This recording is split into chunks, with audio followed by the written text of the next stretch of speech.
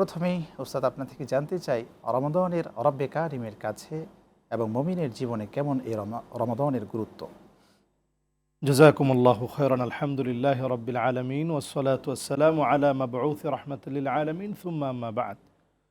রমাদান আমাদেরকে আল্লাহ রাব্বুল ইজ্জাতুল জালাল দিয়েছেন যে রমাদানে 5টি আসলে অক্ষর রয়েছে রমাদান লিখতে আরবিতে।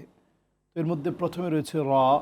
র এটি অর্থ মিন করে রিদওয়ানুল্লাহ, আল্লাহ সন্তুষ্টি যেন আমরা অর্জন করতে পারি রমাদানে। এরপরে দ্বিতীয় যে অক্ষরটি রয়েছে সেটি হচ্ছে মিম। মিমে মাগফিরাহ। এই রমাদান জুড়ে আল্লাহ রাব্বুল আলামিন আমাদের জন্য মাগফিরাত রেখেছেন, নাজাতের ব্যবস্থা রেখেছেন। এরপরে রমাদান লিখতে লাগে দাদ। এটা আমরা যদি লক্ষ্য করি তাহলে দমানুল জান্নাহ, মানে জান্নাতের জন্য এই রমাদানের সিয়াম সাধনাগুলো আল্লাহর কাছে জামিনদার হয়ে যাবে, আল্লাহর কাছে আমাদের জন্য সুপারিশ করবে। আর সিয়াম ওয়াল কোরআন ইয়াশফাআনি লিল আবদ ইয়াউমাল কিয়ামাহ। কিয়ামতের দিবসে রমাদানের এই সিয়াম সাধনা এবং কোরআনুল কারীমের তেলাওয়াত আমাদের জন্য আল্লাহর কাছে সুপারিশ করবে। এরপরে আমরা যদি ধরি একটা আলিফ লাগে, আলিফ হচ্ছে আল আমনু মিনান নার, জাহান্নামের আগুন থেকে এই রমাদানের রোজাগুলো আমাদের জন্য আল্লাহর কাছে ঢাল হয়ে যাবে। আর সিয়াম ও জন্না হাদিসের মধ্যে আসছে। এরপর লাগে নুন। নুন হচ্ছে নূরুল্লাহ। এই রমাদানে আল্লাহ রাব্বুল আলামিন অসংখ্য বান্দাকে আলোকিত করবেন। এই জন্য আমরা অনেক সময় রসিকতা করি যে এই লোক এখন নামাজে যাচ্ছে, হয়তো নামাজে যাবে না, কিছুদিন পরে আবার মসজিদ ফাঁকা হয়ে যাবে। এই কথাটা না বলে বরং অন্যজনের জন্য আমরা দোয়া করি, নিজেকে আমরা ধরে রাখার চেষ্টা করি। রমাদান আসছে আমাকে মাফ করানোর জন্য।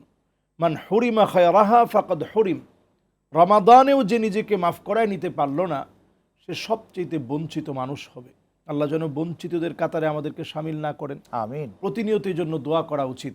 আজকে যে মুহূর্তটা আমরা পার করছি, এই মুহূর্তকে হাদিসের পরিভাষায় বলা হয়েছে ইদা দাখালা রমাদান নাযারাল্লাহু ইলা খালকি। যখন রমাদানের প্রথমেই মুহূর্তটা ঢুকে যায়, আল্লাহ তাআলা বান্দার দিকে নজর দিয়ে থাকেন।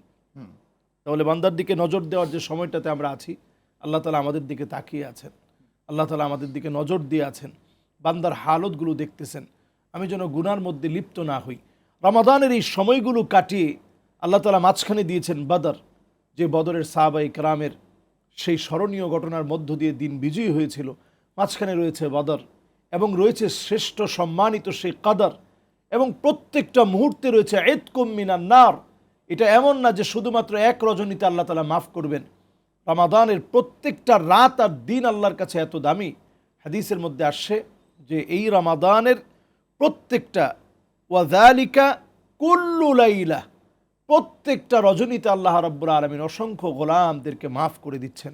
অসংখ্য গোলাম যাদের জন্য জাহান্নাম অবধারিত হয়ে গিয়েছিল, সেই গোলামদেরকে আল্লাহ তাআলা জান্নাতি বানাচ্ছেন।